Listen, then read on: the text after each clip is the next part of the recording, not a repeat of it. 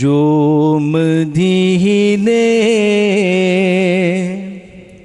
کے تصور میں جیا کرتے ہیں، جو مدینے کے تصور میں جیا کرتے ہیں، ہر جگہ لطف مدینے کا لیا کرتے ہیں۔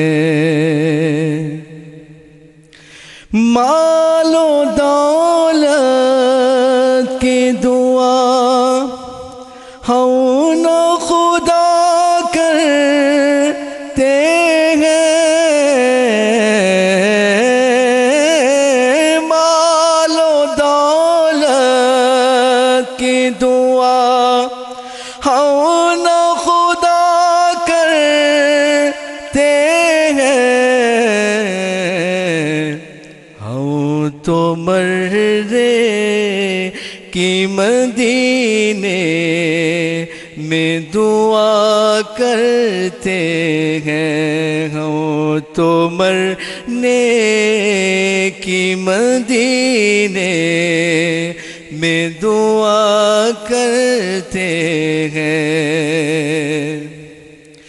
آگ دوزخ کی جلا ہی نہیں سکتی ان کو،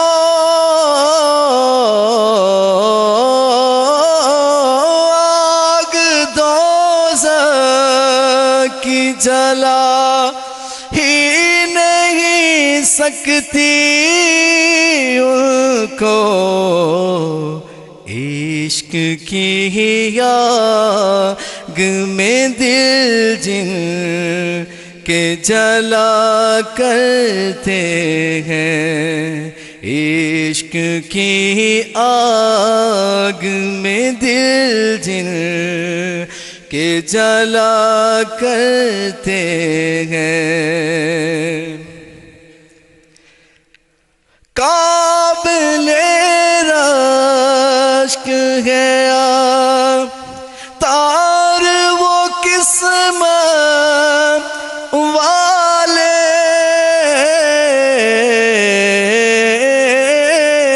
قابل رشک ہے تار وہ قسمت والے، قابل رشک ہے تار وہ قسمت والے، دفن جو میٹھے مدینے میں ہوا کرتے ہیں، دفن جو میٹھے مدینے میں ہوا کرتے ہیں، دفن جو میٹھے،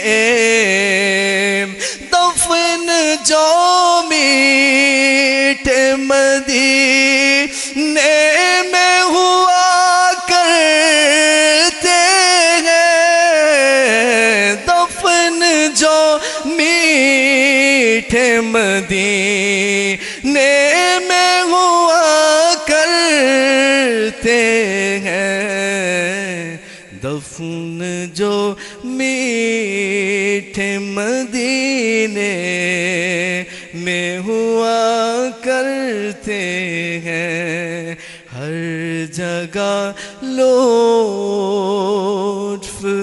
مدینے کا لیا کرتے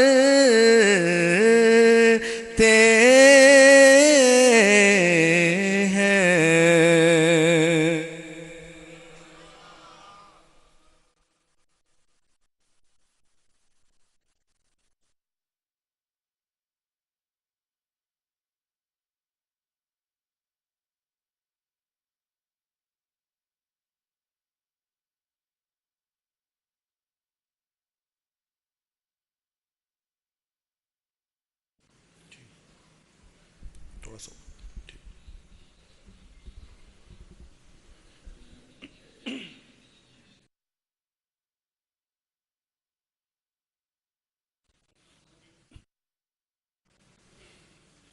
الحمد لله رب العالمين والصلاة والسلام على سيد الأنبياء والمرسلين أما بعد فأعوذ بالله من الشيطان الرجيم بسم الله الرحمن الرحيم الصلاة والسلام عليك يا رسول الله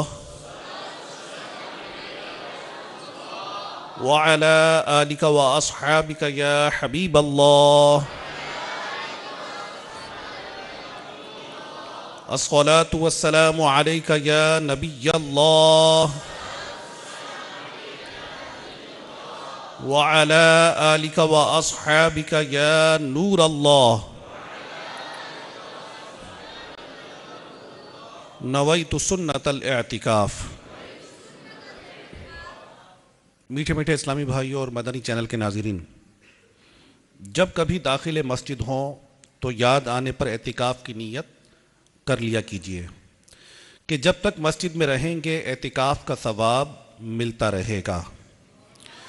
یاد رکھیے، مسجد میں کھانے پینے، سونے یا سحری افطاری کرنے، یہاں تک کہ آب زمزم یا دم کیا ہوا پانی پینے کی بھی شرعاً اجازت نہیں. البتہ اگر اعتکاف کی نیت ہوگی تو یہ سب چیزیں ضمناً جائز ہو جائیں گی. اعتکاف کی نیت بھی صرف کھانے پینے یا سونے کے لیے نہیں ہونی چاہیے، بلکہ اس کا مقصد اللہ تبارک و تعالیٰ کی خوشنودی ہو. فتاوی شامی میں ہے، اگر کوئی مسجد میں کھانا پینا سونا چاہے تو اعتکاف کی نیت کر لے، کچھ دیر اللہ تبارک و تعالیٰ کا ذکر کرے اور پھر جو چاہے کھا پی سکتا ہے. صلو علی الحبیب صلی اللہ تعالی علی محمد وعلی آلہ وصحبہ وبارک وسلم. سرکار والا تبار شافع روز شمار صلی اللہ تعالی علیہ وآلہ وسلم کا فرمان رحمت نشان ہے، جو مجھ پر درود پڑھتا ہے اس کا درود مجھ تک پہنچ جاتا ہے، میں اس کے لیے استغفار یعنی دعائے مغفرت کرتا ہوں، اور اس کے علاوہ اس کے لیے 10 نیکیاں لکھی جاتی ہیں. صلو علی الحبیب صلی اللہ تعالی علی محمد وعلی آلہ وصحبہ وبارک وسلم. حصول ثواب کی خاطر بیان سننے سے پہلے اچھی نیتیں کر لیتے ہیں. فرمان مصطفیٰ صلی اللہ تعالی علیہ وآلہ وسلم، نیت المؤمن خیر من عملہ، مسلمان کی نیت اس کے عمل سے بہتر ہے. بغیر اچھی نیت کے کسی بھی عمل خیر کا ثواب نہیں ملتا، اور جتنی اچھی نیتیں زیادہ اتنا ثواب بھی زیادہ. بیان سننے کی نیتیں آپ چاہیں تو جو نیت مناسب خیال فرمائے آپ کر سکتے ہیں. نگاہیں نیچی کیے خوب کان لگا کر بیان سنوں گا، ٹیک لگا کر بیٹھنے کی بجائے علم دین کی تعظیم کی خاطر جہاں تک ہو سکا دو زانو بیٹھوں گا. ضرورتاً سمٹ سرک کر دوسرے کے لیے جگہ کشادہ کروں گا. دھکا وغیرہ لگا تو صبر کروں گا، گھورنے جھڑکنے اور الجھنے سے بچوں گا. صلو علی الحبیب اذکر اللہ توبو الی اللہ وغیرہ سن کر ثواب کمانے اور صدا لگانے والے کی دلجوئی کے لیے بلند آواز سے جواب دوں گا. بیان کے بعد خود آگے بڑھ کر سلام و مصافحہ اور انفرادی کوشش کروں گا. صلو علی الحبیب صلی اللہ تعالی علی محمد وعلی آلہ وصحبہ وبارک وسلم. حضرت سیدنا شیخ اسماعیل بن علی رحمۃ اللہ تعالی علیہ فرماتے ہیں کہ حضرت سیدنا شیخ علی بن حیتمی رحمۃ اللہ تعالی علیہ جب بیمار ہوتے تو کبھی کبھی میری زمین جو زریرہ والی زمین کہلاتی ہے اس کی طرف تشریف لاتے اور وہاں کئی دن گزارتے. فرماتے کہ ایک مرتبہ آپ وہیں پر بیمار ہو گئے تو آپ کے پاس غوث سمدانی قطب ربانی حضرت شیخ عبد القادر جیلانی رحمۃ اللہ تعالی علیہ بغداد شریف سے آپ کی عیادت کے لیے تشریف لے آئے. یوں دونوں اولیاء کرام رحمت اللہ تعالی علیہما میری زمین پر جمع ہو گئے۔ فرماتے ہیں کہ یہاں 2 کھجور کے درخت تھے جو 4 سال سے خشک تھے اور انہیں پھل بھی نہیں لگتا تھا۔ ہم نے انہیں کاٹنے کا ارادہ کیا تو حضرت سیدنا شیخ عبد القادر جیلانی رحمت اللہ تعالی علیہ نے ان میں سے ایک کے نیچے وضو کیا اور دوسرے کے نیچے 2 رکعت نفل ادا کیے تو فرماتے ہیں دیکھتے ہی دیکھتے دونوں درخت سبز ہو گئے اور ان کے پتے نکل آئے اور اسی ہفتے میں ان کا پھل آ گیا، حالانکہ وہ کھجور کے پھل کا وقت نہیں تھا۔ فرماتے ہیں میں نے اپنی زمین سے کچھ کھجوریں آپ کی خدمت میں حاضر کر دیں، آپ نے اس میں سے تناول فرمائیں اور مجھ سے فرمایا کہ اللہ تبارک و تعالی تیری زمین، تیرے درہم، تیرے سا، یعنی اس دور کے مشہور پیمانے تھے، اور تیرے جانوروں کے دودھ میں برکت عطا فرمائے۔ حضرت سیدنا شیخ اسماعیل بن علی رحمت اللہ تعالی علیہ فرماتے ہیں کہ میری زمین میں اس سال کی مقدار سے 2 سے 4 گنا زیادہ فصلیں پیدا ہونا شروع ہو گئیں۔ اب میرا یہ حال ہے، جب سے حضور غوث پاک کی دعا ملی، فرمارے میرا یہ حال ہے کہ جب میں 1 درہم خرچ کرتا ہوں تو اس سے میرے پاس 2 سے 3 گنا مال زیادہ آ جاتا ہے، اور جب میں گندم کی 100 بوریاں کسی مکان میں رکھتا ہوں پھر اس میں سے 50 بوریاں خرچ کر ڈالتا ہوں تو باقی کو دیکھتا ہوں تو وہ 100 بوریاں وہیں پر موجود ہوتی ہیں، یعنی ظاہر ہے کہ اس مال میں بھی برکت ہو گئی، اور میرے جانور اس قدر بچے پیدا کرتے ہیں کہ میں ان کا شمار بھی بھول جاتا ہوں۔ یہ حالت حضرت سیدنا شیخ عبد القادر جیلانی رحمت اللہ تعالی علیہ کی برکت سے اب تک باقی ہے۔ صلو علی الحبیب صلی اللہ تعالی علی محمد وعلی آلہ وصحبہ وبارک وسلم۔ میٹھے میٹھے اسلامی بھائیوں، اور گوجرا کے جو ہمارے سردار آباد کے قریبی ایک شہر ہے، اس کے سنت و بھرے اجتماع میں تشریف لانے والے اسلامی بھائیوں اور مدنی چینل کے ناظرین،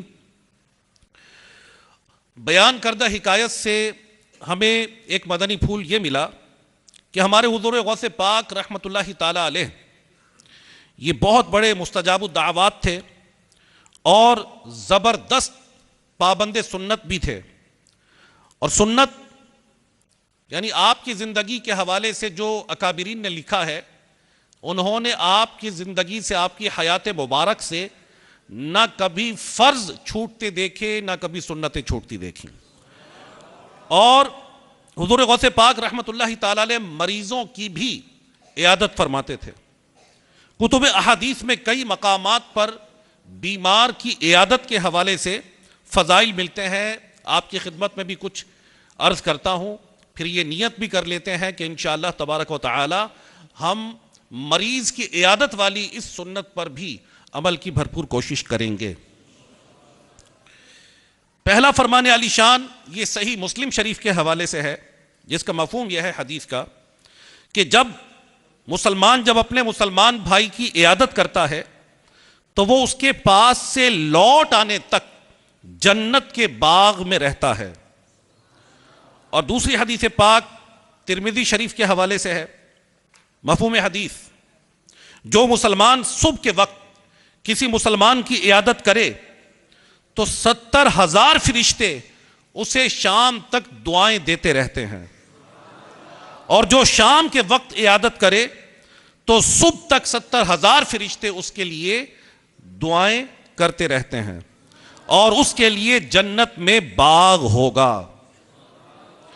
تیسری حدیث پاک سنن نبی داود شریف میں یہ ہے، جو اچھی طرح وضو کرے اور طلب ثواب کے لیے اپنے مسلمان بھائی کی بیمار پرسی کرے تو 70 سال کے فاصلے پر دوزخ سے دور رکھا جائے گا۔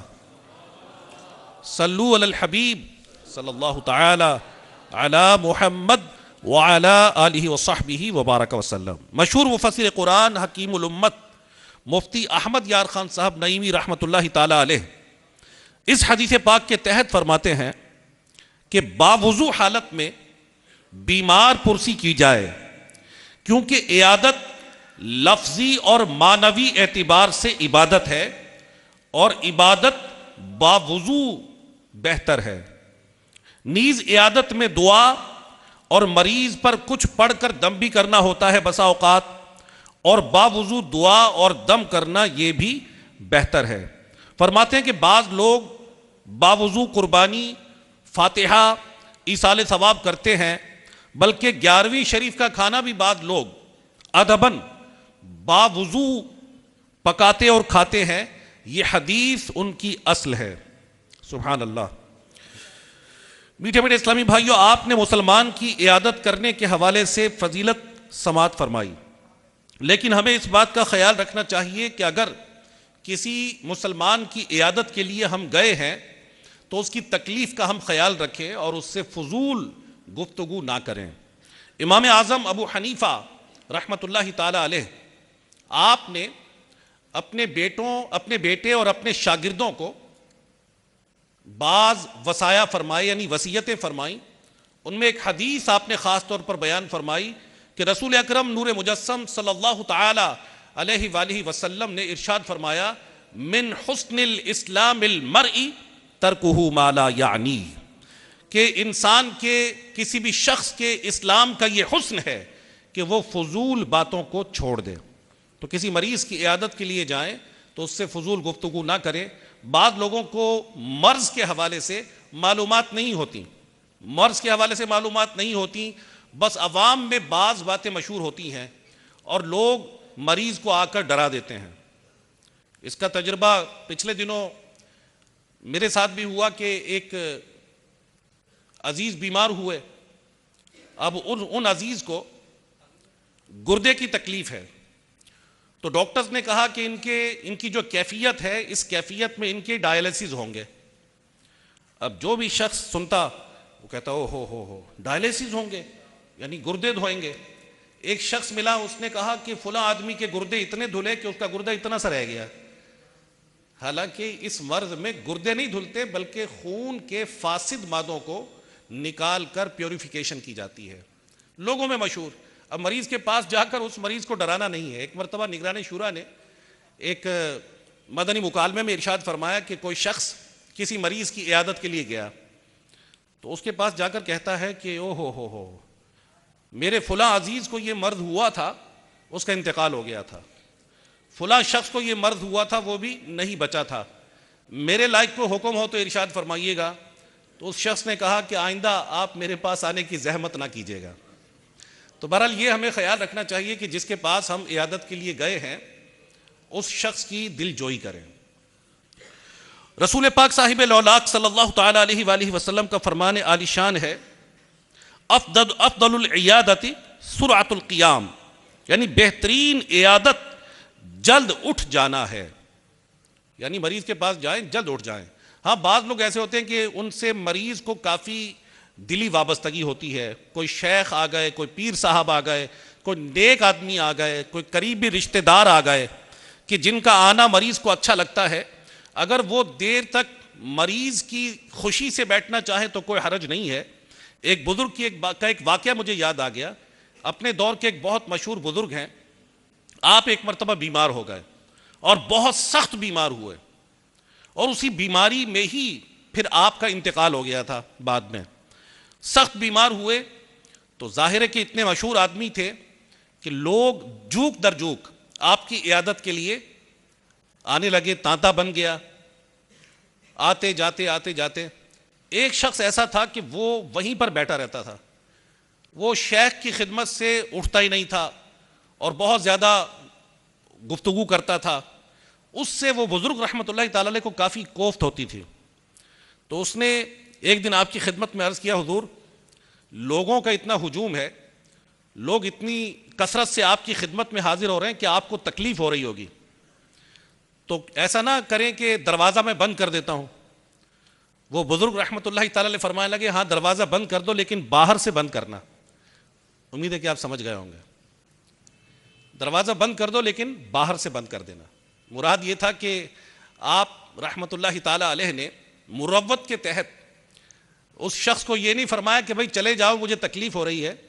اس شخص نے جب کہا کہ لوگوں کا کثرت سے آپ کی خدمت میں آنا جانا ہو رہا ہے, اگر آپ فرمائیں تو دروازہ بند کر دیتا ہوں تاکہ لوگ نہ آئیں. فرمایا ہاں دروازہ بند کر دو لیکن باہر سے بند کر دینا. تو ایسا نہ ہو کہ ہم کسی مریض کی عیادت کے لیے جائیں تو اس کے لیے درد سر بن جائیں. تو فضیلت اسی میں ہے کہ مختصر وقت کے لیے مریض کی عیادت کے لیے ہم جائیں اور اس کی بیماری پر یا اس کی میڈیسن پر بغیر کسی تحقیق کے کوئی کلام ہم نہ کریں. صلو علی الحبیب صلی اللہ تعالی علی محمد وعلی آلہ وصحبہ وبارک وسلم. صلو علی الحبیب صلی اللہ تعالی علی محمد وعلی آلہ وصحبہ وبارک وسلم. ہمارے سیدی شیخ حضور غوث اعظم رحمۃ اللہ تعالی علیہ ایک بہت ہی عظیم شخصیت اپنے دور کی گزری ہیں, اور آپ رحمۃ اللہ تعالی علیہ وہ ہیں کہ جن کی کرامات حد تواتر کو پہنچی ہوئی تھی. یعنی ایسے اوقات میں آپ کی کرامات لوگوں نے دیکھی کہ جب ہزاروں لوگوں کا مجمع ہوتا تھا. آپ رحمۃ اللہ تعالی علیہ کی ولادت باسعادت یکم رمضان شریف 470 سنہ ہجری کو ہوئی, اور آپ کا نام نامی اسم گرامی عبد القادر اور کنیت ابو محمد ہے. محی الدین, محبوب سبحانی, غوث اعظم, غوث الثقلین اور غوث الورا آپ کے مبارک القابات ہیں. آپ کے والد گرامی کا نام حضرت سیدنا ابو صالح موسیٰ جنگی دوست رحمۃ اللہ تعالی علیہ, اور والدہ ماجدہ کا نام ام الخیر فاطمہ ہے. آپ والد محترم کی طرف سے حسنی اور والدہ محترمہ کی طرف سے حسینی سید ہیں. ہمارے غوث پاک رحمۃ اللہ تعالی علیہ کا شمار اولیاء کرام کے اس عظیم طبقے میں ہوتا ہے جو پیدائشی ولی تھے. آپ کی ذات بابرکات سے کرامات کا ظہور اس دنیا میں جلوہ گری سے پہلے اور بعد ولادت ہی ہونے لگا تھا. سبحان اللہ. جب آپ اس دنیا میں تشریف لائے تو صبح صادق کا وقت تھا, اور اس وقت آپ کے ہونٹ مبارک آہستہ آہستہ حرکت کر رہے تھے. جب آواز کو سنا گیا تو اللہ اللہ کی صدائیں سنائی دے رہی تھیں. جس وقت آپ کی ولادت باسعادت ہوئی اس دن آپ کے دیار ولادت یعنی آپ کے شہر مبارک میں 1100 بچے پیدا ہوئے, اور وہ سب کے سب لڑکے, اور بعض روایات میں ہے کہ اللہ رب العزت نے سب کو مقام ولایت سے نوازا. پیدا ہوتے ہی آپ نے روزہ رکھ لیا, بہت مشہور ہے, اور جب سورج غروب ہوا اس وقت اپنی والدہ محترمہ کا دودھ نوش فرمایا. سارا رمضان اسی حالت میں آپ رحمۃ اللہ تعالی علیہ نے گزار دیا. صلو علی الحبیب صلی اللہ تعالی علی محمد وعلی آلہ وصحبہ وبارک وسلم. حضور غوث پاک رحمۃ اللہ تعالی علیہ کے حالات, مختصر حالات اگر کوئی پڑھنا چاہے تو مکتبۃ المدینہ دعوت اسلامی کا ہے, اس کی کتاب ہے غوث پاک کے حالات کا تعارف. غوث پاک کے حالات کتاب کا نام ہے. یہ کتاب مکتبۃ المدینہ کے بستے سے آپ لے سکتے ہیں. اس میں آپ رحمۃ اللہ تعالی کی بہت سی کرامات الحمدللہ موجود ہیں. بچپن کے واقعات موجود ہیں. آپ کا علم, آپ کا تقوی, آپ کا زہد, آپ کی منقبتیں, اور اولیاء کاملین علیہم الرحمہ کی آپ کی ذات کے ساتھ محبت اور عقیدت کے تذکرے الحمدللہ عز وجل اس کتاب میں موجود ہیں. حضور غوث پاک رحمۃ اللہ تعالی علیہ وہ عظیم شخصیت تھیں کہ جن کی محفل میں عام لوگ شریک نہیں ہوتے تھے.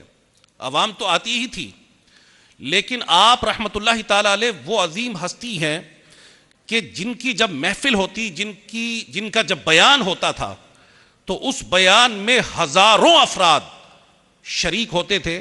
حافظ ابن حجر عسقلانی رحمۃ اللہ تعالی علیہ ارشاد فرماتے ہیں کہ حضور غوث پاک رحمۃ اللہ تعالی علیہ کی محفل میں تقریباً ایک وقت میں 70,000 کے قریب لوگ شریک ہوتے ہیں.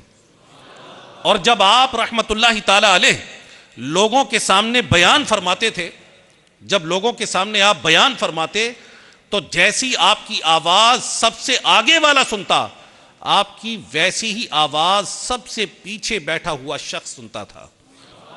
شروع میں حلقہ درس محدود تھا، لیکن جو بھی آپ کی محفل میں آتا، جو بھی آپ کی صحبت بابرکت میں حاضر ہوتا، وہ ایسا آپ کا گرویدہ ہوتا کہ وہ پھر ہمیشگی اختیار کر لیتا اس بات پر کہ حضور غوث پاک رحمت اللہ تعالی علیہ کی صحبت سے دور نہیں جائے گا۔ بڑے بڑے محدثین آپ رحمت اللہ تعالی علیہ کے بیانات کو تحریر فرماتے تھے، اور بعض محدثین نے اپنی کتابوں میں بیان کیا کہ حضور غوث پاک رحمت اللہ تعالی علیہ جب بیان فرماتے تھے تو 400 اپنے زمانے کے بہترین فقیہ اور محدثین، اپنے دور کے مشہور مفسرین آپ کے ان بیانات کو تحریر فرمایا کرتے تھے۔ ایک تو ہوتا نا کہ کوئی اجتماع ہو، اس اجتماع میں عوام بیٹھی ہو کہ جس کو کوئی بات سمجھانا مقصود ہو تو انسان سمجھا دے۔ حضور غوث پاک رحمت اللہ تعالی علیہ کی جو محفل ہوتی تھی، آپ رحمت اللہ تعالی علیہ اپنے علم اور اپنے عمل کے اعتبار سے اتنے مشہور تھے کہ بڑے بڑے اپنے دور کے جلیل القدر محدثین، یہاں تک کہ امام ابن جوزی رحمت اللہ تعالی علیہ جیسے محدث بھی حضور غوث پاک رحمت اللہ تعالی علیہ کی محفل بابرکت میں آنا اپنے لیے باعث سعادت سمجھتے تھے۔ اور محدث ابن جوزی رحمت اللہ تعالی علیہ نے حضور غوث پاک رحمت اللہ تعالی علیہ کی بعض کرامات کو بھی لوگوں کے سامنے بیان کیا۔ حضور غوث پاک رحمت اللہ تعالی علیہ کی ایک اسپیشلٹی یہ بھی تھی کہ آپ کی کرامات کسی عام شخص نے بیان نہیں فرمائی، کہ کوئی عام شخص اٹھ کر کہہ دے کہ میں نے حضور غوث پاک کی کرامت کو دیکھا اور کتاب لکھ دے۔ کوئی غیر معروف شخص کتاب لکھ دے تو اس کتاب کے لکھنے والے کا لوگوں کو پتہ نہ ہو کہ یہ کون ہے۔ حضور غوث پاک رحمت اللہ تعالی علیہ کی کرامات سب سے پہلے جس کتاب میں جمع کی گئیں اس کتاب کا نام ہے بہجت الاسرار، اور یہ لکھنے والے ہیں امام ابو الحسن علی الشتنوفی رحمت اللہ تعالی علیہ۔ امام شتنوفی رحمت اللہ تعالی علیہ نے جب اس کتاب کو لکھا تو اس کی سند آپ نے ان افراد سے حاصل کی، یعنی روایات ان افراد سے حاصل کی جو عوام نہیں تھے۔ اس کتاب کی خصوصیت بعض علماء یہ بیان فرماتے ہیں کہ بہجت الاسرار کے جو راوی ہیں وہ اپنے دور کے چوٹی کے محدثین، اپنے دور کے چوٹی کے اہل علم، اپنے دور کے چوٹی کے مفسرین تھے کہ جنہوں نے حضور غوث پاک رحمت اللہ تعالی علیہ کی کرامات کی روایت کو لوگوں کے سامنے بیان کیا۔ اور بعض علماء یہ ارشاد فرماتے ہیں کہ امام ابو الحسن علی الشتنوفی کا مقام کوئی عام شخص جیسے نہیں تھے، آپ وہ عظیم ہستی تھی کہ جن کا مقام امام بخاری و مسلم رحمت اللہ تعالی علیہ کے شاگردوں جیسا مقام تھا۔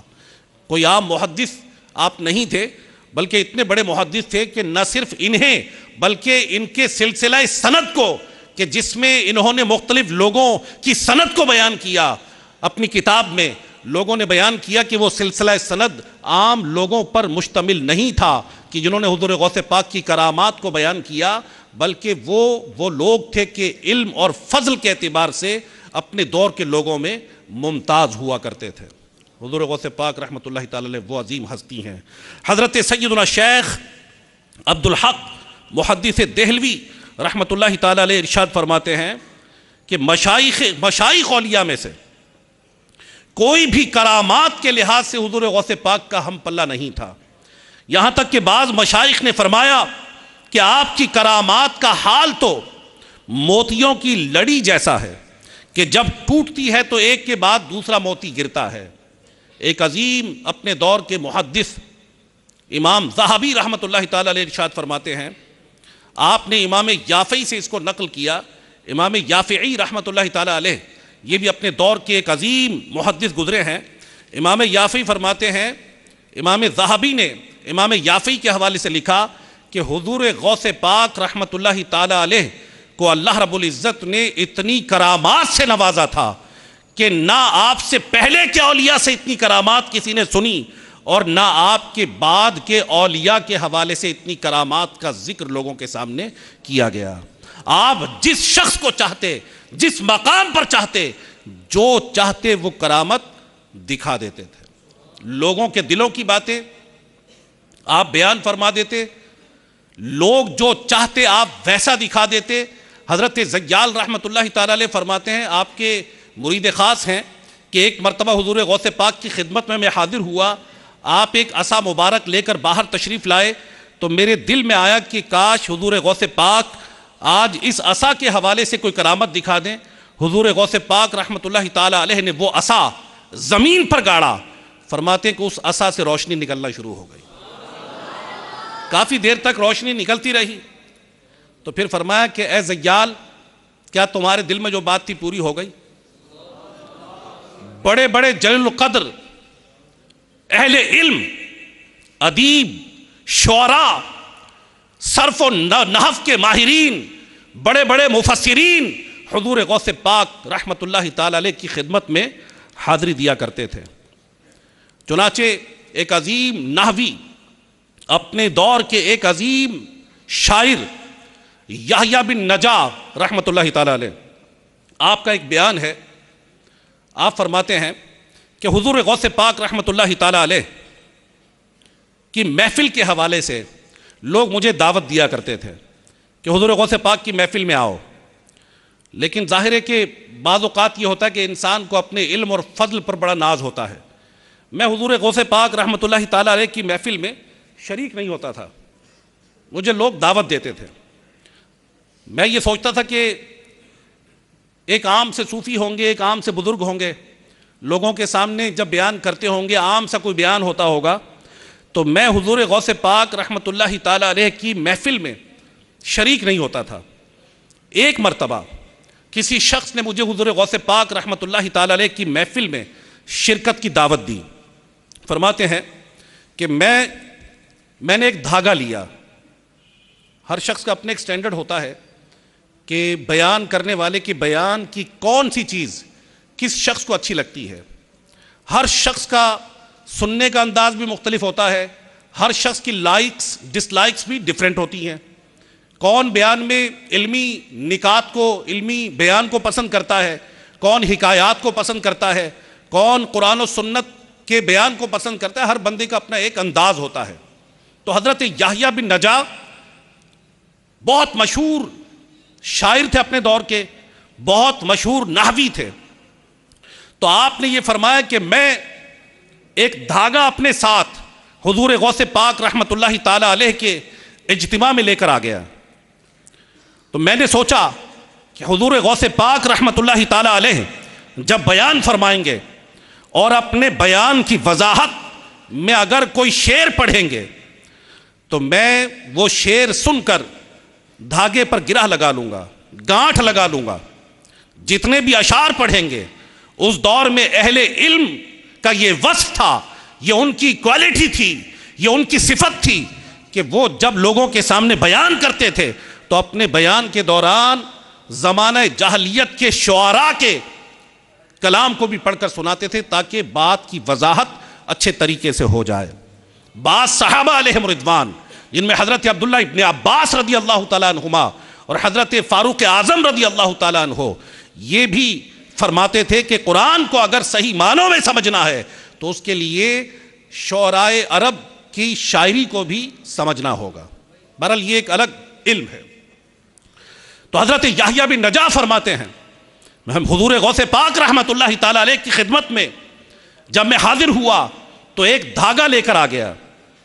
حضور غوث پاک رحمت اللہ تعالی علیہ نے اپنا بیان جب شروع کیا تو آیات قرآنی سے شروع کیا۔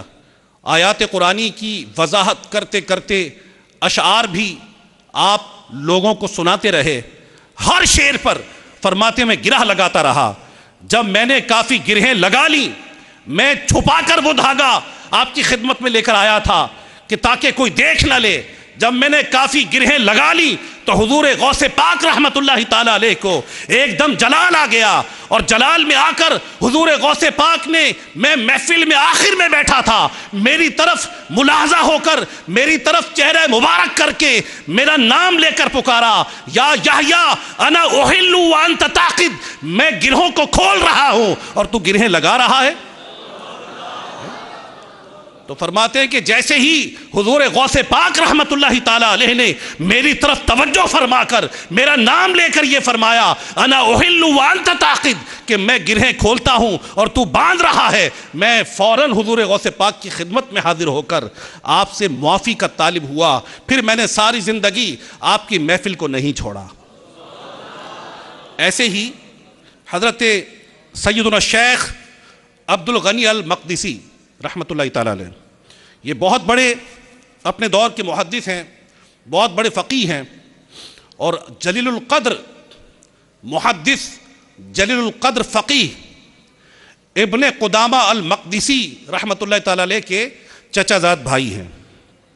آپ فرماتے ہیں کہ حضور غوث پاک رحمت اللہ تعالیٰ علیہ کی محفل کے، آپ کے بیان کے چرچے پوری دنیا میں ہونے لگے، دور دور سے لوگ آپ کی محفل میں آتے، لیکن ایک بہت بڑے نحو کے اپنے دور کے استاذ تھے، ان کا نام تھا محمد الخشاب، ان کو بھی دعوت دی جاتی کہ حضور غوث پاک رحمت اللہ تعالی علیہ کی محفل میں آؤ، تو فرماتے ہیں کہ حضرت شیخ محمد الخشاب رحمت اللہ تعالی علیہ کہ لوگ منت کرتے تھے کہ ایک مرتبہ آ کر تو دیکھو، تو حضرت شیخ محمد بن خشاب رحمت اللہ تعالی علیہ ایک دن ان کا ذہن بن گیا کہ ٹھیک ہے میں حضور غوث پاک کی محفل میں آتا ہوں، تو فرماتے ہیں کہ حضرت شیخ محمد بن خشاب فرماتے ہیں، اپنا واقعہ خود بیان کرتے ہیں،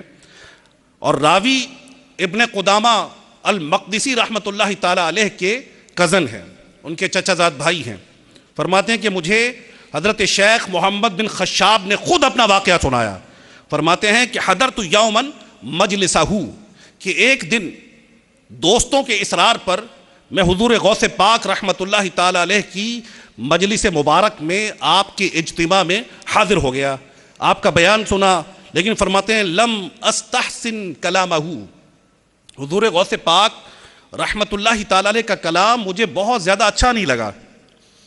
بعض اہل علم ہوتے ہیں نا، وہ کہتے ہیں کہ اچھا بیان وہ ہوگا کہ جس میں بیان کرنے والا خوب مشکل الفاظ بولے گا اور ایسی باتیں کرے گا کہ جو لوگوں کے سر کے اوپر سے گزر جائیں۔ یہ بعض لوگ سمجھتے ہیں کہ بیان کا حسن ہے، لیکن جب لوگوں کی اصلاح مقصود ہو، جب لوگوں کی آخرت کو سنوارنا ہو، جب لوگوں کو نمازی بنانا ہو، جب لوگوں کو قرآن و سنت کے مطابق چلانے کے لیے بیان کرنا ہو، تو اس وقت لوگوں کی جو مینٹیلٹی ہے اس کے حساب سے ہی بیان کرنا چاہیے۔ پچھلے دنوں دعوت اسلامی کی مرکزی مجلس شورا کے نگران حاجی عمران صاحب مدد اللہ العالی، وہ مدنی مذاکرے کے بعد مدنی مذاکرے کے حوالے سے ایک مختصر سا مدنی مکالمہ فرماتے ہیں، تو آپ امیر اہل سنت دامت برکاتہم العالیہ کا یہ وصف بیان فرما رہے تھے کہ آپ دامت برکاتہم العالیہ کی ایک خصوصیت یہ ہے کہ آپ یہ چاہتے ہیں کہ لوگوں کے سامنے جو بیان ہو لوگ اس بات کو سمجھیں۔ کئی مرتبہ مدنی مذاکرے کے دوران ایسا ہوا کہ امیر اہل سنت نے ان کے سامنے جب کسی بات کا ذکر ہوا یا آپ نے بیان فرمایا تو فرمایا کہ کتنے لوگ ایسے ہیں کہ جو اس بات کو سمجھتے ہیں، تو کئی لوگ ایسے ہوتے تھے کہ جو ہاتھ کھڑا کر دیتے تھے کہ ہمیں یہ بات سمجھ میں نہیں آئی، تو پھر آپ دامت برکاتہم العالیہ لوگوں کو وہ بات سمجھاتے تھے کہ جس مقصد کے لیے لوگ جمع ہوئے ہیں لوگوں کو وہ بات سمجھائی جائے۔ تو حضور غوث پاک رحمت اللہ تعالی علیہ کی محفل مبارک، آپ کے مبارک اجتماعات شروع میں محدود تھے، بعد میں لوگوں نے مکانات خرید کر حضور غوث پاک رحمت اللہ تعالی علیہ کی محفل کے لیے، آپ کے اجتماع کے لیے مکانات کو وقف کر دیا، یہاں تک کہ شرکائے اجتماع کی تعداد تقریباً 70,000 تک پہنچی۔ اس میں عوام و خواص بھی شریک ہوتے تھے. حضور غوث پاک رحمت اللہ تعالی علیہ جب لوگوں کے سامنے بیان فرماتے تو بڑے بڑے ڈاکو، بڑے بڑے اللہ تبارک و تعالی کے نافرمان تائب ہو جاتے. تقریباً 1,00,000 افراد کے حوالے سے تو ملتا ہے کہ جو حضور غوث پاک رحمت اللہ تعالی علیہ کے ہاتھ پر تائب ہوئے. محدثین کا تو شمار ہی کچھ نہیں ہے. آپ کے علم کی جو خیرات آپ نے بانٹی اس کا تو شمار ہی نہیں ہے. امام ذہبی رحمت اللہ تعالی علیہ نے لکھا کہ حضور غوث پاک رحمت اللہ تعالی علیہ کے مدرسے سے ہر سال 3,000 عالم فارغ ہو کر نکلتے تھے. وہ بارگاہ کوئی عام بارگاہ نہیں ہے. تو جب لوگوں کی اصلاح کے لیے آپ نے کوششیں فرمائیں اور بیان کیے تو حضرت محمد بن خشاب فرماتے ہیں یومن حضرت یومن مجلسہ، کہ میں ایک دن آپ کی محفل میں آ گیا، آپ کے بیان میں آ گیا. وَلَمْ أَسْتَحْسِنْ كَلَامَهُ، حضور غوث پاک کا جو کلام تھا پہلی مرتبہ میں آیا تھا، آپ کا کلام اتنا سادہ میں نے وہاں پر سنا کہ مجھے آپ کا کلام کوئی بہت زیادہ پسند نہیں آیا. وَقُلْتُ فِي نَفْسِي دَعَ الْيَوْمَ مِنِّي، میں نے اپنے آپ سے کہا کہ آج کا میرا دن ضائع ہو گیا. سادہ سی گفتگو تھی لیکن دلوں میں اترنے والی گفتگو. حضور غوث پاک فرماتے تھے یہ ذرا تنقیدی نقطہ نگاہ سے آئے تھے اس وقت. یہ حضور غوث پاک رحمت اللہ تعالی علیہ کی علمیت کے حوالے سے ان کو اتنا علم نہیں تھا، یہ سمجھے کہ شاید کوئی عام بیان کرنے والے ہیں. تو فرمایا لم استحسن کلامہ، حضور غوث پاک رحمت اللہ تعالی علیہ کا کلام مجھے اتنا زیادہ اچھا نہ لگا. وقلت فی نفسی دال یوم منی، میں نے اپنے آپ سے کہا کہ آج کا میرا دن ضائع ہو گیا کہ میں تو بڑا سوچ کر آیا تھا. مجھے لوگوں نے دعوت دی تھی کہ حضور غوث پاک رحمت اللہ تعالی علیہ کی محفل میں آپ کے بیان میں بڑی بڑی باتیں ہوتی ہیں، تفسیر قرآن بیان ہوتی ہے، حدیثیں بیان ہوتی ہیں، لوگوں کی اصلاح کی باتیں ہوتی ہیں. لیکن اس دن جو میں نے گفتگو سنی تو فرما رہے ہیں لم استحسن کلامہ، مجھے آپ کا کلام اتنا اچھا نہیں لگا. اور جب میں نے یہ سوچا، فرماتے ہیں جیسے ہی میں نے سوچا کہ آج کا دن ضائع ہو گیا، حضور غوث پاک رحمت اللہ تعالی علیہ نے اپنا بیان روک دیا اور بیان روک کر میری طرف رخ کر کے فرمایا تفضل النحو علی مجالس الذکر، کہ کیا تو نحو کو ذکر کی مجالس پر فضیلت دیتا ہے. فرماتے ہیں جیسے ہی میں نے سنا میں وہیں کھڑا ہو گیا اور حضور غوث پاک رحمت اللہ تعالی علیہ کی خدمت میں نے معافی کی درخواست کی. حضور غوث پاک رحمت اللہ تعالی علیہ نے مجھے بھرے مجمع میں سینے سے لگا لیا اور پھر میں نے آپ کی خدمت میں ساری زندگی گزار دی. فرماتے ہیں خدا کی قسم حضور غوث پاک رحمت اللہ تعالی علیہ کی محفل میں مجھے صرف و نحو اور مختلف علوم کی ایسی خیرات ملی کہ نحو میں پورے بغداد میں میرا ہم پلہ کوئی نہیں ہوتا تھا. صلو علی الحبیب صلی اللہ تعالی علی محمد وعلی آلہ وصحبہ وبارک وسلم. عظیم فقیہ، عظیم صوفی، عظیم محدث حضرت شیخ شہاب الدین سہروردی رحمت اللہ تعالی علیہ، بہت بڑا نام ہے آپ کا. آپ فرماتے ہیں کہ میں اپنے چچا جان حضرت شیخ ابو النجیب سہروردی رحمت اللہ تعالی علیہ کی خدمت میں حاضر ہوا اور میں نے عرض کی کہ چچا جان میں نے اپنے علم کی جو کتابیں ہیں وہ پڑھ لیں، اب میں چاہتا ہوں کہ علم کلام کی کوئی کتاب پڑھوں. تو چچا جان نے فرمایا کہ اے عمر ایسا کرتے ہیں کہ ہم حضور سیدی غوث اعظم رحمت اللہ تعالی علیہ کی خدمت میں حاضر ہوتے ہیں، ہم ان سے دریافت کرتے ہیں کہ کون سی کتاب پڑھنی چاہیے. تو فرمایا کہ میرے چچا جان شیخ امام ابو النجیب سہروردی رحمت اللہ تعالی علیہ مجھے حضور غوث پاک رحمت اللہ تعالی علیہ کی خدمت میں لے کر پہنچ گئے. فرمایا کہ ابھی نماز کا وقت نہیں ہوا تھا. فالتفت الشیخ عبد القادر جیلانی رحمت اللہ تعالی علیہ، حضرت شیخ عبد القادر جیلانی رحمت اللہ تعالی علیہ نے میری طرف التفات فرمایا. قال علی یا عمر، آپ نے مجھ سے فرمایا وما ہوا من زاد القبر، اور امام ذہبی رحمۃ اللہ تعالی نے فرماتے ہیں، وہ فرمایا وما ہوا من زاد الآخرہ، کہ جو علم تم حاصل کرنا چاہتے ہو وہ آخرت کے لیے زاد راہ نہیں ہو سکتا، جو تم علم حاصل کرنا چاہتے ہو وہ قبر کے لیے زاد راہ نہیں ہو سکتا۔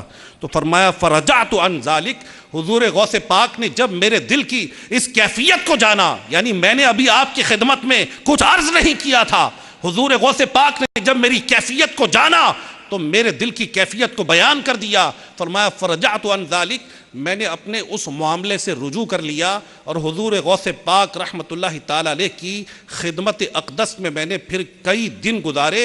حضور غوث پاک کی محفل سے جو مجھے ملا وہ مجھے آپ کے بعد کسی شخص سے حاصل نہیں ہو سکا۔ امام ابن قدامہ المقدسی رحمۃ اللہ تعالی علیہ فرماتے ہیں کہ حضور غوث پاک رحمۃ اللہ تعالی علیہ کی زندگی کے آخری ایام میں میں اور میرے چچا زاد بھائی آپ کی خدمت میں حاضر ہوئے، اور بعض روایات میں ہے کہ تقریباً 39 یا 40 دن یہ حضور غوث پاک رحمۃ اللہ تعالی علیہ کی خدمت میں حاضر رہے۔ فرمایا کہ جب تہجد کا وقت ہوتا تو آپ کے بیٹے یحییٰ ہمارے لیے وضو کا پانی چھوڑ کر چلے جاتے اور ہم اس گرم پانی سے وضو کیا کرتے تھے۔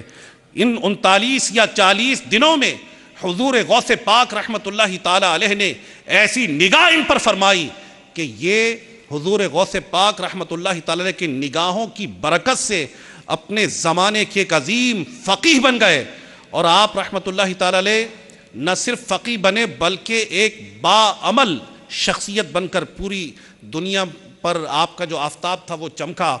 آپ زبردست عالم باعمل بنے اور فقہ حنبلی کے بڑے ائمہ میں آپ رحمۃ اللہ تعالی علیہ کا شمار ہوتا ہے۔ حضور غوث پاک رحمۃ اللہ تعالی علیہ کی حیات طیبہ کو اگر پڑھ کر دیکھیں تو ہزاروں کرامات کے ساتھ ساتھ آپ رحمۃ اللہ تعالی علیہ کی حیات طیبہ میں جو سب سے نمایاں پہلو ہے وہ ایک علم ہے، اور اس علم کے ساتھ ساتھ عمل بھی ہے۔ آپ کے ہاتھ پر ہزاروں لوگوں نے اسلام قبول کیا، آپ رحمۃ اللہ تعالی علیہ کے دست مبارک پر بے شمار لوگوں نے اپنے گناہوں سے رجوع کیا، اور یہی اولیاء کاملین علیہم الرحمہ کی اسپیشلٹی ہوتی ہے کہ یہ نفوس قدسیہ جو ان کی محافل میں آتے ہیں، جو ان کے بیانات میں آتے ہیں، یہ ایسا نہیں ہوتا کہ بیان سنا کر لوگوں کو رخصت کر دیں، بلکہ لوگوں کے دلوں کی دنیا بدلنے والے ہوتے ہیں۔ ہمارے شیخ طریقت امیر اہل سنت دامت برکاتہم العالیہ اسی سلسلے کا فیضان آپ نے بھی پایا، اور یہ فیضان اکوان عالم تک کیسے پہنچایا مدنی چینل کے ناظرین بھی جانتے ہیں، اور شرکائے اجتماع بھی جانتے ہیں کہ مشرق سے مغرب، شمال سے جنوب تک ہمارے شیخ طریقت امیر اہل سنت نے حضور غوث پاک رحمت اللہ تعالی علیہ کے چاہنے والوں کو کس انداز سے ریکٹیفائی کیا، کس انداز سے ان کو ریفارم کیا، اور کس انداز سے ان لوگوں کو صلاۃ و سنت کے راستے کی طرف لگا دیا، کیسے مختلف ممالک میں مدارس المدینہ، جامعۃ المدینہ اور دیگر شعبہ جات قائم کر کے ان کی اصلاح فرمائی۔ الحمدللہ عز وجل 103 تقریباً 103 شعبہ جات دعوت اسلامی قائم کر چکی ہے، اور پوری دنیا میں عاشقان رسول مدنی قافلوں میں سفر کر کے الحمدللہ لوگوں کی اصلاح کر رہے ہیں، غیر مسلم دائرہ اسلام میں داخل ہو رہے ہیں۔ مدنی انعامات کا چرچا ہے، مدنی انعامات یہ بھی الحمدللہ عز وجل ہمارے روزانہ کے عمل کا ایک حصہ ہے، اور شیخ طریقت امیر اہل سنت دامت برکاتہم العالیہ اسے پسند فرماتے ہیں۔ مدنی انعامات پر عمل کرنے والوں کو دعاؤں سے نوازتے ہیں، اور واقعی ایسا ہے کہ جس نے بھی مدنی انعامات کو سمجھا وہ اپنی آخرت کو سدھارنے کی طرف متوجہ ہو گیا۔ باب المدینہ کراچی کے ایک اسلامی بھائی کا بیان ہے کہ ایک امام مسجد جو دعوت اسلامی کے مدنی ماحول سے وابستہ تھے، انہوں نے میرے بڑے بھائی کو مدنی انعامات کا رسالہ دیا، تو میرے بھائی جان نے جب مدنی انعامات کا رسالہ پڑھا تو وہ کہنے لگے کہ یہ تو زندگی گزارنے کا دستور مجھے مل گیا۔ مدنی انعامات کے رسالے کو دیکھ کر اپنا محاسبہ کرتے رہے، یہاں تک کہ صلاۃ و سنت کے راستے کی طرف آ گئے۔ یہی اللہ والوں کا طریقہ رہا ہے اور ہے کہ وہ لوگوں کی اصلاح کرتے ہیں، اور ہمارے شیخ طریقت امیر اہل سنت نے تو ہمیں یہ ذہن عطا فرمایا ہے، مجھے اپنی اور ساری دنیا کے لوگوں کی اصلاح کی کوشش کرنی ہے.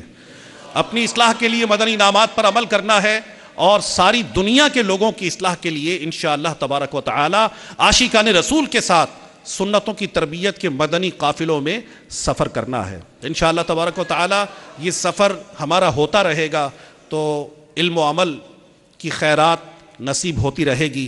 دعوت اسلامی نے شیخ طریقت امیر اہل سنت کے عطا کردہ ذہن کے مطابق الحمدللہ عز و جل سنتیں عام کی ہیں. تو انہی سنتوں میں سے میں سلام کے حوالے سے آج آپ کی خدمت میں کچھ سنتیں عرض کرتا ہوں, کچھ آداب عرض کرتا ہوں. اللہ کرے کہ عمل کی سعادت ملے. دعوت اسلامی کا مدنی ماحول الحمدللہ جن لوگوں نے بھی اپنایا, جو لوگ بھی آئے, اس ماحول میں اٹھنا بیٹھنا رکھا, الحمدللہ عز و جل سینکڑوں سنتوں کے عامل بن گئے. نہ صرف سنتوں کے عامل بنے بلکہ فرائض کے بھی عامل بن گئے الحمدللہ عز و جل. تو سلام کے حوالے سے کچھ سنت اور آداب سماعت فرما لیجئے اور عمل کی بھی نیت کر لیجئے کہ انشاءاللہ تبارک و تعالی ان سنتوں کو ہم اپنی زندگی میں اختیار بھی کریں گے. صلو علی الحبیب صلی اللہ تعالی علی محمد وعلی آلہ وصحبہ وبارک وسلم. مسلمان سے ملاقات کرتے وقت اسے سلام کرنا سنت ہے. دن میں کتنی ہی بار ملاقات ہو, ایک کمرہ سے دوسرے کمرے میں بار بار آنا جانا ہو, وہاں موجود مسلمانوں کو سلام کرنا کار ثواب ہے. سلام میں پہل کرنا سنت ہے. سلام میں پہل کرنے والا اللہ عز و جل کا مقرب ہے. سلام میں پہل کرنے والا تکبر سے بھی بری ہے. جیسا کہ میرے مکی مدنی آقا صلی اللہ تعالی علیہ وآلہ وسلم کا فرمان باصفا ہے, پہلے سلام کہنے والا تکبر سے بری ہے. سلام میں پہل کرنے والے پر 90 رحمتیں اور جواب دینے والے پر 10 رحمتیں نازل ہوتی ہیں. السلام علیکم کہنے سے 10 نیکیاں ملتی ہیں. ساتھ میں ورحمت اللہ بھی کہیں تو 20 نیکیاں ہو جائیں گی, اور وبرکاتہ شامل کر لیں گے تو 30 نیکیاں ہو جائیں گی. اسی طرح جواب میں وعلیکم السلام ورحمت اللہ وبرکاتہ کہہ کر 30 نیکیاں حاصل کی جا سکتی ہیں. سلام کا جواب فوراً اور اتنی آواز سے دینا واجب ہے کہ سلام کرنے والا سن لے. سلام اور جواب اس کا درست تلفظ یاد کر لیجئے. ہمارے معاشرے میں بعض اوقات یہ ہوتا ہے کہ ہم خیال نہیں کرتے اور عجیب و غریب الفاظ بولتے ہیں, السلام علیکم, السلام علیکم, یعنی پتہ نہیں چلتا کہ کیا کہہ رہے ہیں. تو نیکیاں جب حاصل کرنی ہیں اور مسلمان کو نیکیوں کا حریص ہونا چاہیے, تو مفت میں جب اتنی نیکیاں میں مل رہی ہوں تو یقیناً اس کے الفاظ کو ہم صحیح پروناؤنس کریں گے تو انشاءاللہ تبارک و تعالی جب نیکیاں حاصل ہوں گی. پہلے میں کہتا ہوں السلام علیکم, پہلے میں کہتا ہوں تو آپ بھی کہہ دیجئے, اس کے بعد اس کا جواب بھی انشاءاللہ تبارک و تعالی ہم یہاں پر دہرانے کی کوشش کرتے ہیں. السلام علیکم, اور جواب میں کہنا ہے وعلیکم السلام. السلام علیکم, السلام علیکم, السلام علیکم, وعلیکم السلام, وعلیکم السلام, وعلیکم السلام. طرح طرح کی ہزاروں سنتیں سیکھنے کے لیے مکتبۃ المدینہ کی 2 کتب, 312 صفحات پر مشتمل کتاب بہار شریعت حصہ 16 اور 120 صفحات کی کتاب سنتیں اور آداب, اور اس کے علاوہ بھی انشاءاللہ تبارک و تعالی شیخ طریقت امیر اہل سنت کے مختلف رسائل جیسے 101 مدنی پھول, 163 مدنی پھول مکتبۃ المدینہ کے بستے سے ہدیتاً طلب فرما سکتے ہیں. انشاءاللہ تبارک و تعالی سنتیں سیکھنا نصیب ہوں گی. سنتوں کی تربیت کا ایک بہترین ذریعہ دعوت اسلامی کے مدنی قافلوں میں عاشقان رسول کے ساتھ سنتوں بھرا سفر بھی ہے. نیت کر لیجئے کہ انشاءاللہ تبارک و تعالی ہر ماہ کم از کم 3 دن کے مدنی قافلے میں عاشقان رسول کے ساتھ ہم سفر اختیار کریں گے. صلو علی الحبیب.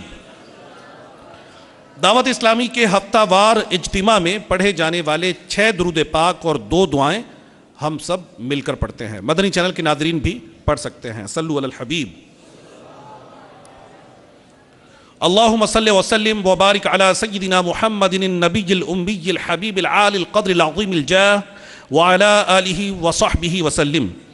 بزرگوں نے فرمایا کہ جو شخص ہر شب جمعہ، یعنی جو آج جو جمعہ اور جمعرات کی درمیانی رات ہے، یہ کہلاتی ہے شب جمعہ، جو اس وقت چل رہی ہے ہمارے بر صغیر میں، اور ہو سکتا ہے کہ عرب ممالک میں بھی سے کسی ملک میں شب جمعہ شروع ہو چکی ہو۔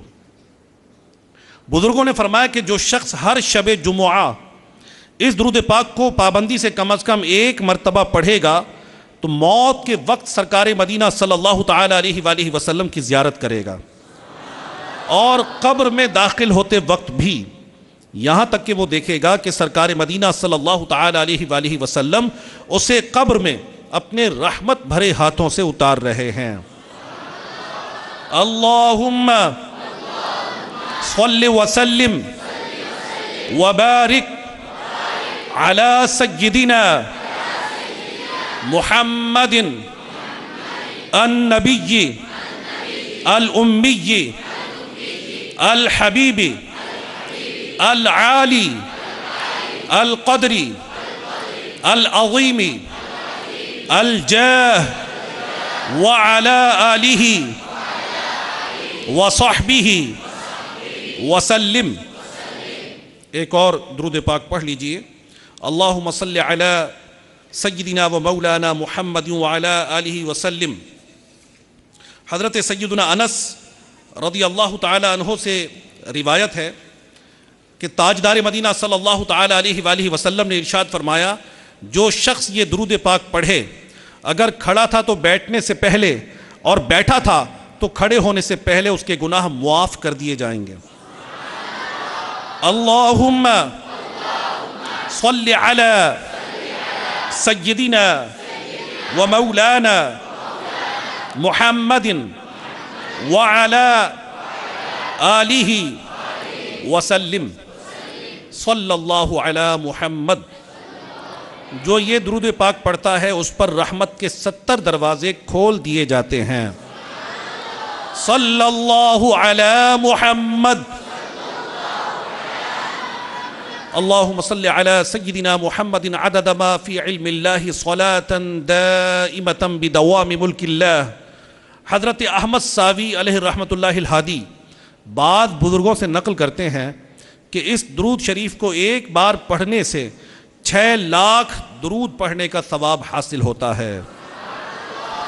اللہم صلی علی سیدنا محمد عدد ما فی علم اللہ صلاة دائمة بدوام ملک اللہ۔ اللہم صلی علی محمد کما تحب و ترضی لہ۔ ایک دن ایک شخص آیا تو حضور انور صلی اللہ علیہ وآلہ وسلم نے اسے اپنے اور صدیق اکبر رضی اللہ تعالیٰ عنہ کے درمیان بٹھا لیا۔ اس سے صحابہ کرام علیہم رضوان کو تعجب ہوا کہ یہ کون ذی مرتبہ ہے۔ جب وہ چلا گیا تو رسول اللہ صلی اللہ علیہ وآلہ وسلم نے ارشاد فرمایا، یہ جب مجھ پر درود پڑھتا ہے تو یوں پڑھتا ہے، ہم بھی پڑھ لیتے ہیں۔ اللہم صلی علی محمد کما تحب و ترضی لہ۔ صلو علی الحبیب علی محمد وعلی آلہ وصحبہ وبارک وسلم۔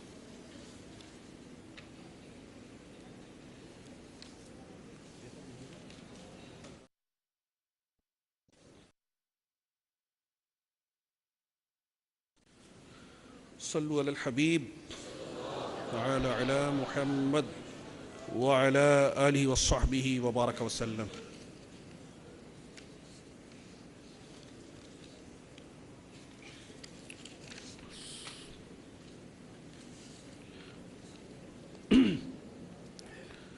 ہفتہ وار اجتماع کے اعلانات سماعت فرما لیجئے۔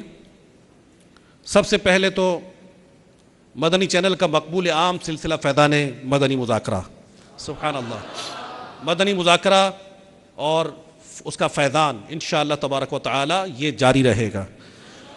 آئیے مل کر ہم کہتے ہیں فیضان مدنی مذاکرہ، فیضان مدنی مذاکرہ، فیضان مدنی مذاکرہ، مدنی مذاکرہ الحمدللہ عز و جل۔ آج کل تو ہم الحمدللہ روزانہ ہی سنتے ہیں شیخ طریقت امیر اہل سنت دامت برکاتہم العالیہ الحمدللہ عز و جل مختلف سوالات کے جوابات ارشاد فرماتے ہیں۔ ابھی ایک دو درود پاک رہتے ہیں، وہ بھی ہم پڑھ لیتے ہیں انشاءاللہ۔ پہلے یہ اعلانات سماعت فرما لیں۔ آج جمعرات ہے، آنے والے ہفتے یعنی 30 دسمبر بعد نماز عشاء تقریباً 8 بجے ہفتہ وار مدنی مذاکرے کا آغاز تلاوت قرآن پاک اور نعت رسول مقبول صلی اللہ علیہ وآلہ وسلم سے ہوگا، اور وقت مناسب پر شیخ طریقت امیر اہل سنت بانی دعوت اسلامی حضرت علامہ مولانا محمد الیاس اتار قادری رضوی ضیائی دامت برکاتہم العالیہ سوالات کے جوابات ارشاد فرمائیں گے انشاءاللہ عز و جل۔ تمام عاشقان رسول اپنے ڈویژن علاقے شخصیات کے گھروں میں ہونے والے اجتماعی مدنی مذاکرے میں خود بھی اول تاخر شرکت کی سعادت حاصل کریں اور دوسرے اسلامی بھائیوں کو بھی اس کی دعوت دیں، انشاءاللہ تبارک و تعالی بھرپور فائدہ حاصل ہوگا۔ عالمی مدنی مرکز فیضان مدینہ باب المدینہ کراچی میں آج کل نماز عشاء کا وقت تقریباً 7:30 بجے ہے۔ امیر اہل سنت دامت برکاتہم العالیہ کی طرف سے ہفتہ وار کتب و رسائل پڑھنے کی ترغیب الحمدللہ عز و جل ہر ہفتہ وار مدنی مذاکرے میں دلائی جاتی ہے، اور ساتھ ساتھ امیر اہل سنت دامت برکاتہم العالیہ نے ان کا کتابوں کا ان رسائل کا مطالعہ کرنے والوں کو دعاؤں سے بھی نوازا ہوتا ہے۔ تو اس ہفتے جس رسالے کا اعلان فرمائیں گے اس کا نام ہے با حیا نوجوان۔ یہ رسالہ آپ پہلے سے ہی کوشش فرمائیں کہ پہلے سے اس کو خرید کر رکھ لیں، تاکہ امیر اہل سنت دامت برکاتہم العالیہ جب اس کی ترغیب دلائیں تو ہمارے پاس یہ موجود ہو، یہ پڑھیں اور امیر اہل سنت دامت برکاتہم العالیہ کی دعائیں حاصل کریں۔